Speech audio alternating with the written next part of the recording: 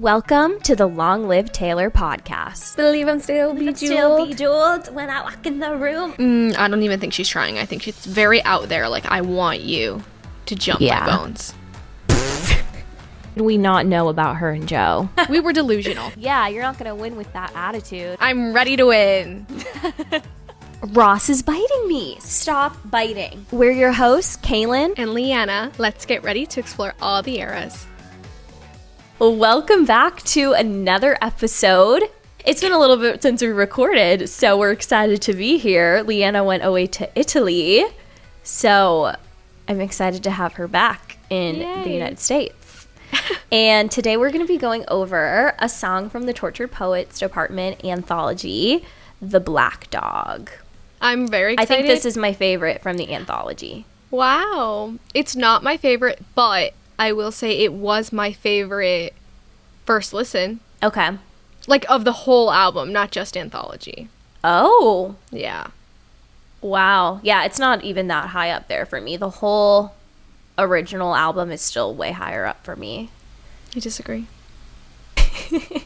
Well, I think other than my top song, I also prefer most of the original. Okay. Like, if I rank them, I would have more originals in it than the anthology. Is your favorite song the song we're doing next episode? Yes, it is. Easter egg alert. You'll have to come back and listen to see what her favorite song is. Okay. Let's get into the first verse. Go for it. Okay. I am someone who until... It's hard to read this one because she has it, like, sings it in a specific cadence. And I'm trying not to be like, I am someone who until... Like, that's how she sings it. I know, but I just want to read it like a sentence. Okay. I am someone who, until recent events, you shared your secrets with, and your location, you forgot to turn it off. And so I watch as you walk into some bar called the Black Dog, and pierce new holes in my heart, you forgot to turn it off. And it hits me. Like, imagine me listening first run at 7 a.m. Saturday morning.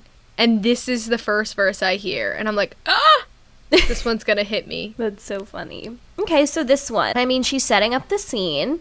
She's basically like this person she was really close to. They shared secrets. They shared locations on iPhones, which is so funny because I've never thought about Taylor Swift sharing her location with anyone. It's just hilarious. I'm like, she's on Find My app stalking people just like the rest of us. Well, I don't know if you do that, Leanna, but I definitely do. Me too. I check you all the time to see what you're doing. That's so funny. I look at yours too. But yeah, she's stalking people just like the rest of us. And it seems like they're no longer in a relationship, but he still shares her location. And she's watching as he returns into this bar called the Black Dog. And I'm assuming, based off the song, that this is a bar they went to a lot together. And it's like, how could you go there without me? Yeah. That's the vibe I got. What did you get? No, yeah. I'm just thinking, like, this is super fresh, right? Because if this wasn't fresh, why would he still be sharing his location? And, like, because it's so fresh, like, it hurts more watching him live this life they live together. Right. Because when I get out of a relationship with someone, I feel like if it's our spot, I wouldn't want to go there. Like, I'm like, oh, I can't relive the memories. I can't go there. It reminds me of this person. Like, it takes time. And it seems like for this guy in this story, in this song, he's like, whatever. I'm going back. It doesn't really bother him. Yeah. Which we talk about a lot. Like, stereotypically, the guy moves on first. Mm-hmm. And then they always come back later, and then the girl's already moved on for real. Yep. Okay. Any other thoughts on the first verse before we go into the chorus? I mean, it's hard to talk about this in the pod because you don't listen to the song as, like, a listener of us. But I just really like the sound of it. Mm-hmm. And I also feel like in the beginning, I think that this song is like a roller coaster of sound. Like, the verses are super light and soft, and then the chorus are like, bing, bing, bing. Yeah, they're bigger. Mm-hmm. And I like Takes that you a on lot. a journey. Yeah. Yeah. Should we get into the lore of who people think this song is about, or should we wait until the end to get into that? And also, I can't believe I just said lore. Maybe our TikTok Gen Zers will like me now. I was going to say, lately I've been saying lore a lot, and I feel like I don't even use it in correct context all the time. I've just been putting it into my vocabulary. But yeah. I don't know. I also feel like that and tropes is just because of like book talk and like reading stuff, and it's just like put into my brain to say those. I mean, I don't know if we should wait until the fully end, but I do think getting towards the end of the song, especially the bridge, I think it kind of goes into speculation more. Okay, we can wait. Chorus. So right before the verse, it ends on, and it hits me. And then the chorus. Well, this should have been part of the pre-chorus. I feel like I just don't understand. Yeah. And then this should be the chorus. Agreed. Sorry, genius. I think you're messed up. I just don't understand how you don't miss me in the Black Dog when someone plays the starting line and you jump up, but she's too young to know this song that was intertwined in the magic fabric of our dreaming. Old habits die screaming. I really like the chorus. Usually, I'm not a chorus fan. This is one of the songs where I like the chorus. Also, the chorus changes throughout, so I also like that. Yeah.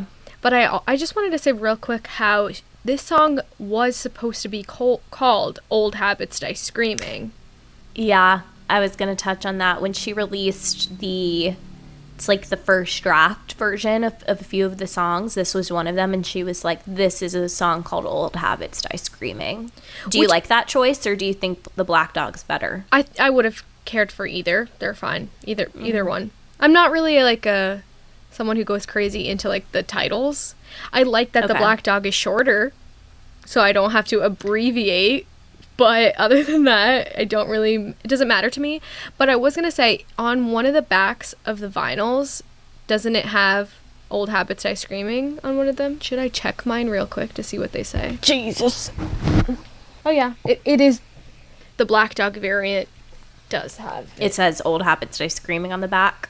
Yep. Yeah. I kind of like that she named it the Black Dog. It's a little less obvious than Old Habits Die Screaming. Like, you could tell that's the main hook of the song when you're listening to it, so I kind of like that it's not that as the title. Yeah. I think when you're like, I mean, I'm not a songwriter, so I have no idea, but I feel like when you're writing songs, it's easy to title it after like the big line, or like if something repeats or whatever. And this one, she's kind of like, how it goes. I wouldn't say she's screaming this line, but like it comes across as in like she's trying to put it in your face. It's the main focus of the song. Like, the music really ramps up.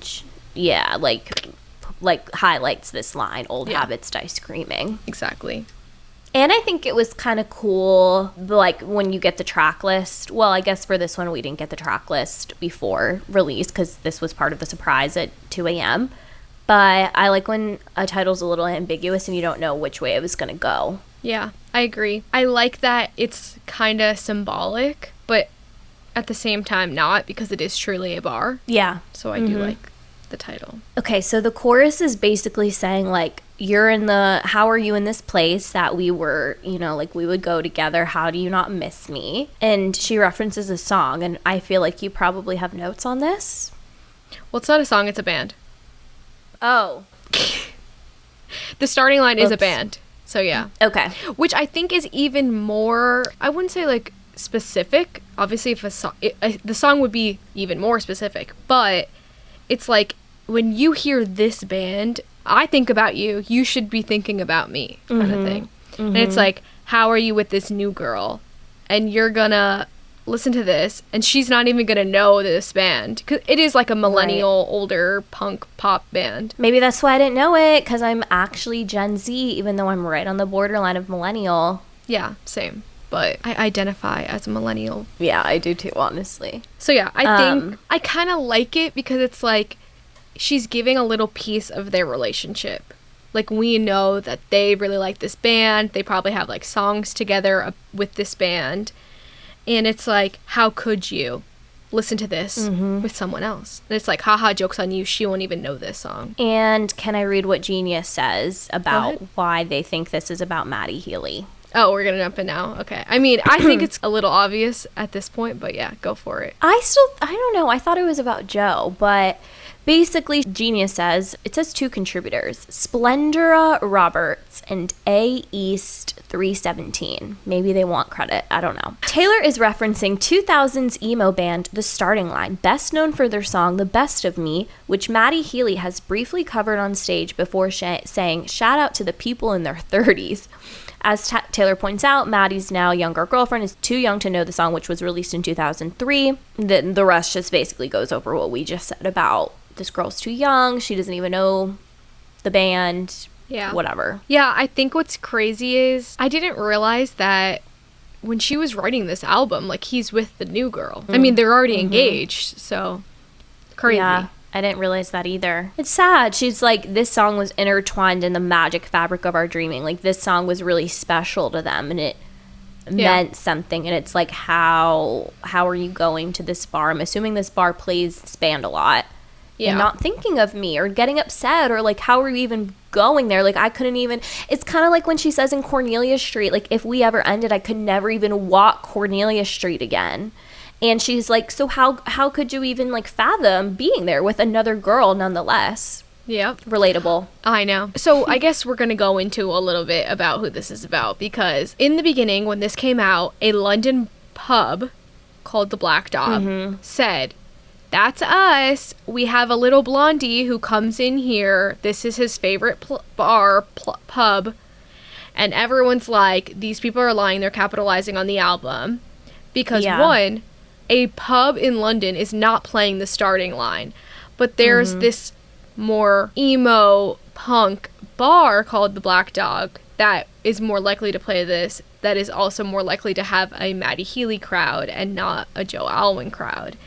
But even with that, I stand by that. I think almost all these songs are a mesh of both of them. And I think the feelings that she could have for Joe and him moving on as well can be the same. Yeah, 100%. That is what songwriters do. They take inspiration from many things in their life. And we even had a TikTok comment right before this I was reading that said, I think most of her songs throughout her career have been a mix of people. I mean, that's just a human thing, I think. I think as a audience, we've all just been like, who's this one, like, who's the one person we can focus in on? I mean, as an audience, I think it's fun to be like, to get some information about their relationship. We're nosy people. Like, that's just how life is nowadays. And, like, we want to know this information. Yeah.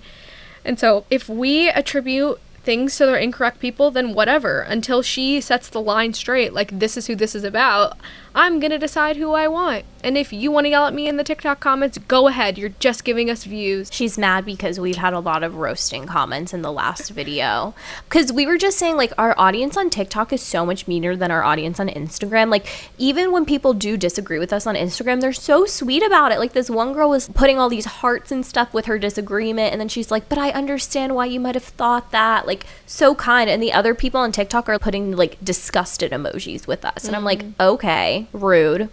And I told Kaylan it's because it's the millennial versus Gen Z audience, and this is why I like to be a millennial, because I want to be grouped in with the nice crowd. And all of our Gen Z listeners, they're gonna be like, I'm not listening anymore now. You insulted us. I mean, technically we are Gen Z, so I mean, how mean can we be to them? Anyway, Gen Z listeners, we love you too. It's just the people on TikTok who are mean, we don't love. It's okay, I asked for it. I put the clickbait title, I put the clickbait clip, and they responded how I expected.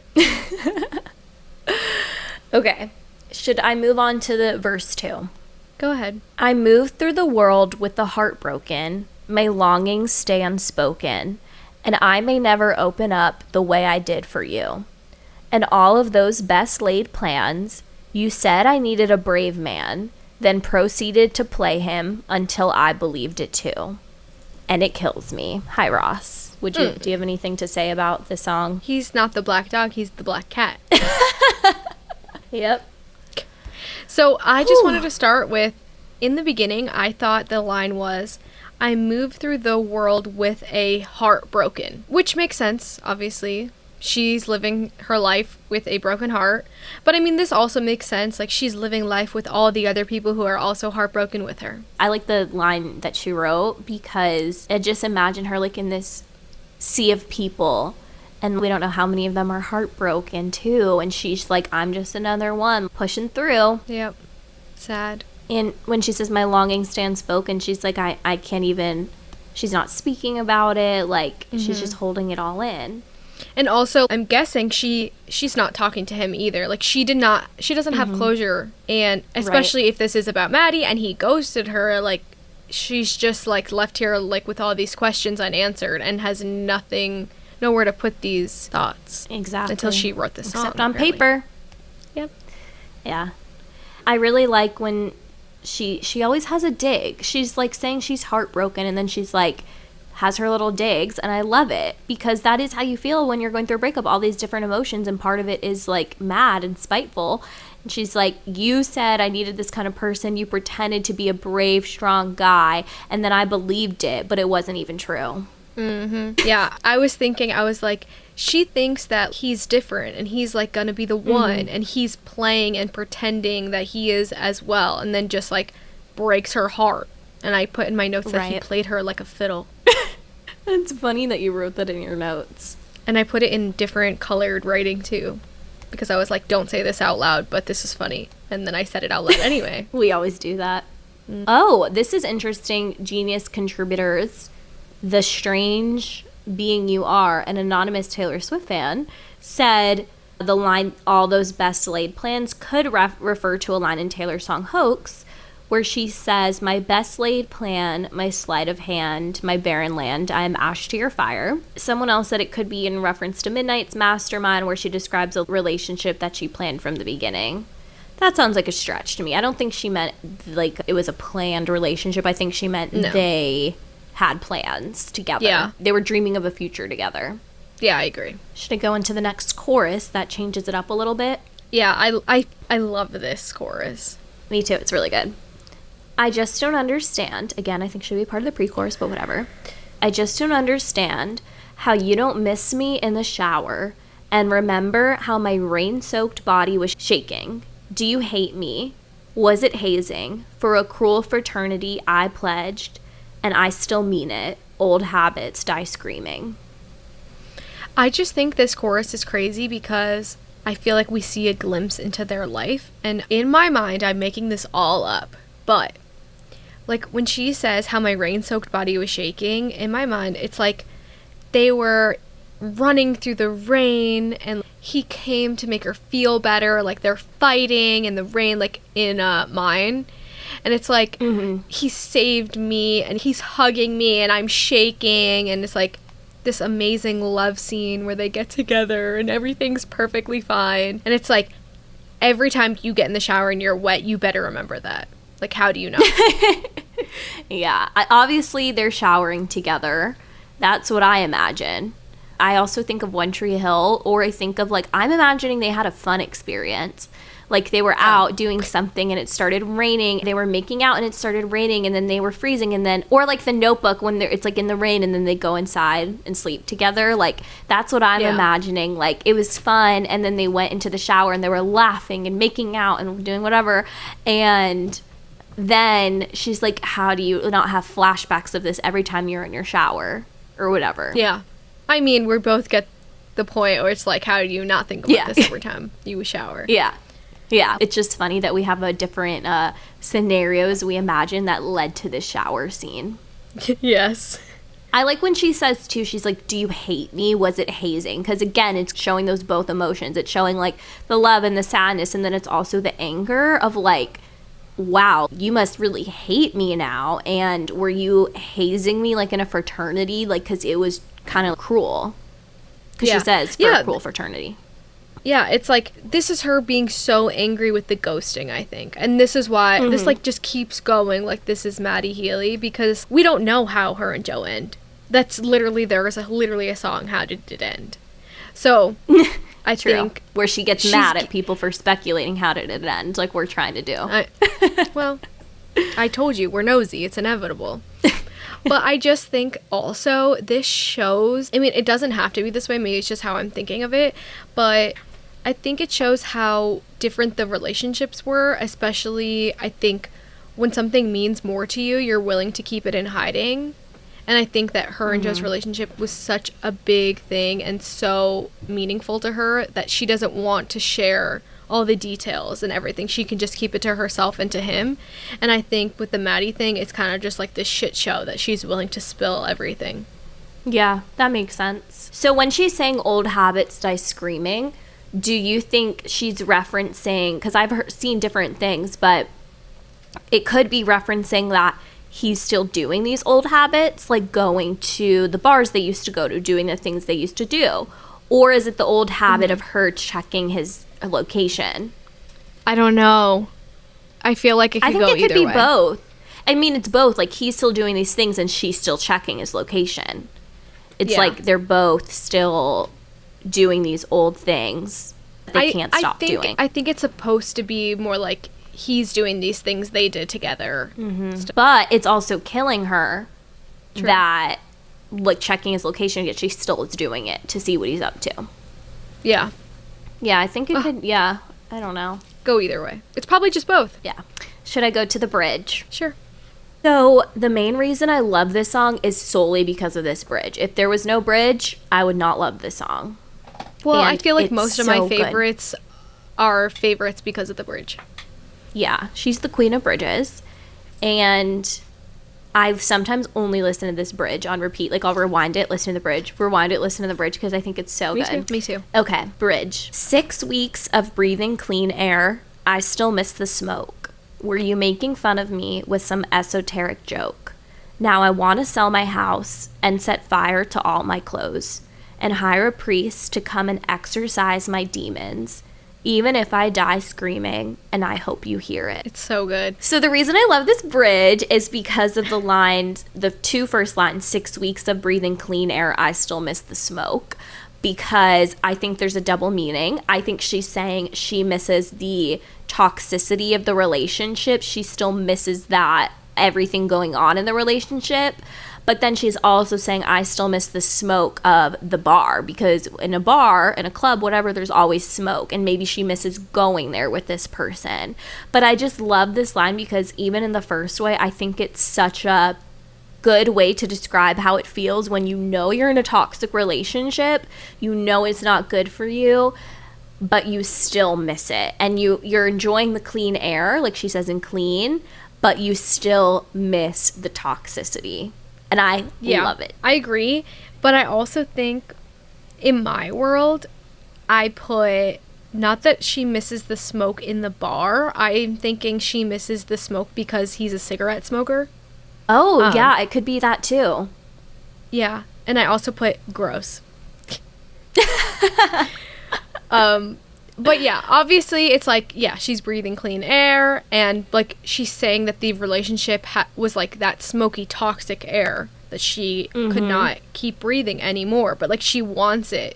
She longs for that feeling. And I also feel like their relationship gives me like lust. Like, you know how people compare like lust over love, and it's like you're not really in love, you just are in lust. And like I feel like she, like that was them. Yeah, I could totally see that. My second favorite part of this bridge is when she says, now I want to sell my house and set fire to all my clothes, because it's such a relatable feeling where I think it happens a lot in the beginning of a breakup, where you're just like want to move, you want to change everything about yourself because you don't want to have any memories associated with the person. Like if you wore a special outfit with them, you're like, I want to sell this, I never want to think of it again, and you just want to start over and change your life. Yeah, I think it's like, I'm gonna cut my hair 100%. Yeah, and I also feel like I like that she even goes so deep, and it's like, hire a priest to come and exorcise my demons. It's like, I need to get rid of every aspect of you. I never want to think of you again. I never want to see you again. Like, this is how much he's affected her. Yeah, and then she says, even if I die screaming, because she's like, even if it kills me, even if it's hurting me, I need to get rid of you. And then again, I love the spite, and she goes, and I hope you hear it. Like, I hope you hear what you've done to me, like the torture poets department, the torture you've clearly inflicted upon me. I know. And that's why I think it's absolutely crazy that Matty Healy, like, he came out with the statement saying, like, he's not worried about this album. I know. Which is weird. Jerk move, in my opinion. I mean, I think that his reputation precedes him, and I think everyone already knows that this is already how he is. And so how can people hate him when they already know that this is him? They accept him for this already. Yeah, but if you break America's sweetheart heart, I feel like everyone assumes she dumped him, because that's what I definitely assumed. I was like, oh, she dropped his ass so fast with all the complaints, so... Yeah. I mean, again, we still don't fully know. Like, maybe she did, but that's not the story we're getting.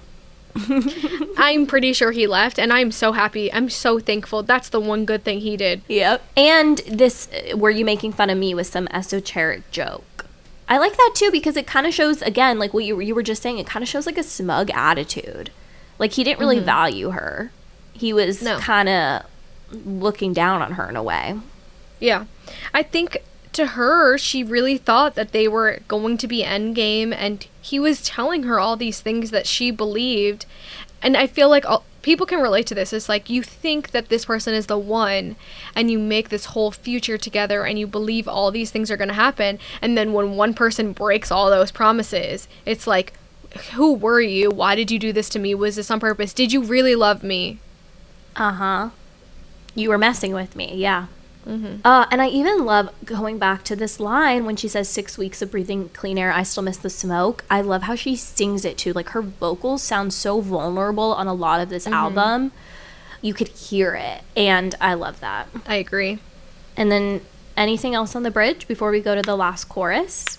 I just want to say that I think this bridge kind of, I wouldn't say the whole part, she's not angry. You can see like little bits of anger throughout, but I think the bridge really pushes us into like anger, and then this last chorus, you could also see that anger throughout. I was thinking the same thing. Yeah, I agree. Like, then that bridge, it's like the build up, and then the last chorus goes, and I hope it's shitty in the Black Dog when someone plays the starting line and you jump up, but she's too young to know this song that was intertwined in the tragic fabric of our dreaming, 'cause tail between your legs, you're leaving.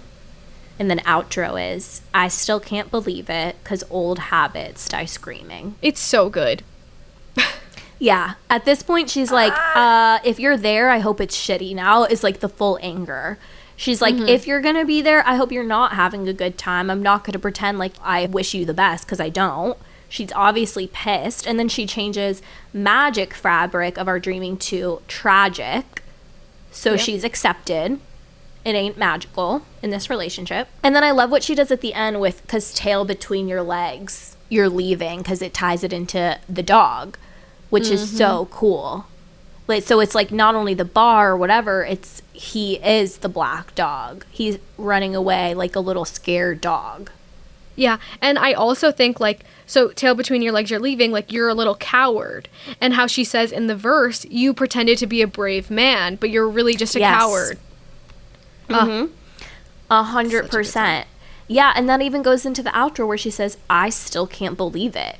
And I think that's such a simple line, but again, so good and so relatable, because there's so many breakups I've had where I'm like in disbelief after. Like, there's some breakups that you kind of do end on a cleanish slate. Like, there's different things, but there's some where you're like, I'm in disbelief. Like, what just happened?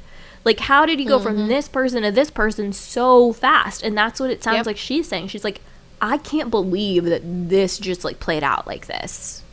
Yeah. And I also think that's another reason to play into believing that he ghosted her, because one, ghosting someone, like, that's the coward way out. And I feel like if she's being ghosted, she's like, I can't believe this all just ended like that. It was so easy for him to walk away. And I don't know, I just think you can really see how she views him now. And I like that, because I don't like him, obviously. Yeah, she views him in a poor light now. Overall thoughts, I really like this song. Bridge makes it for me though, so it's not my fave, but I really love it. I really do too. And what I think that really captured me in the beginning is what I said, how it's kind of like a journey that she takes you on, because I also feel like it's kind of how she's moving on. Like, in the beginning of this song, she still kind of like loves that relationship and sees the best in it.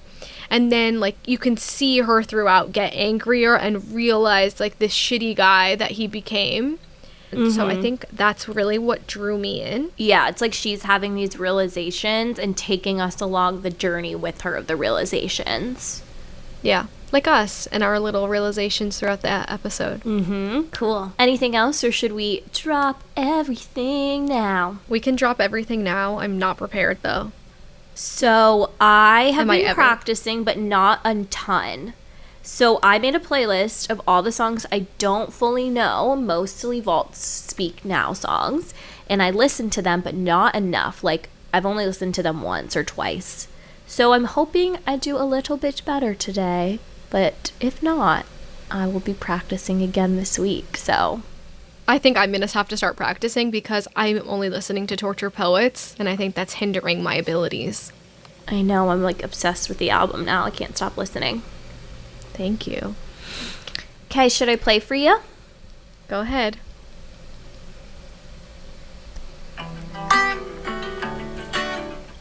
I couldn't pause it.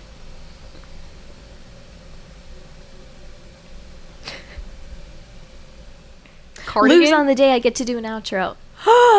No, it's Willow. I can't. I told you, I haven't listened to anything. You could have played me half a folklore and I wouldn't have gotten it. That's okay, it. Well, you still have a redeeming chance if I can get this next one. You're gonna get it. It's easy. Okay.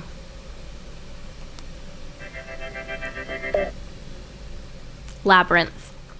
Yep. I knew I wouldn't be good. I knew, like, I haven't listened to any other Taylor Swift song in 2 months. Like, I knew it was gonna backfire. Okay, guys, well, I'm happy I finally won on a day I could do an intro, but our social followers are going to be so mad, but we are in a time crunch, so we're going to wrap it up for today. That was our game segment. Thank you so much for listening. Please give us a follow on socials, Instagram and TikTok at Long Live Taylor Pod. Also, if you want to be a guest on our show or send in feedback, or maybe you had some thoughts on an episode and you want to share them with us and we'll read them on here if you want, you can email us at longlivetaylorpod@gmail.com.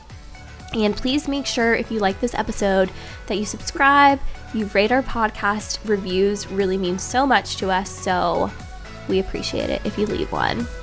And we will be back next week. Thank you for listening. Bye. Bye.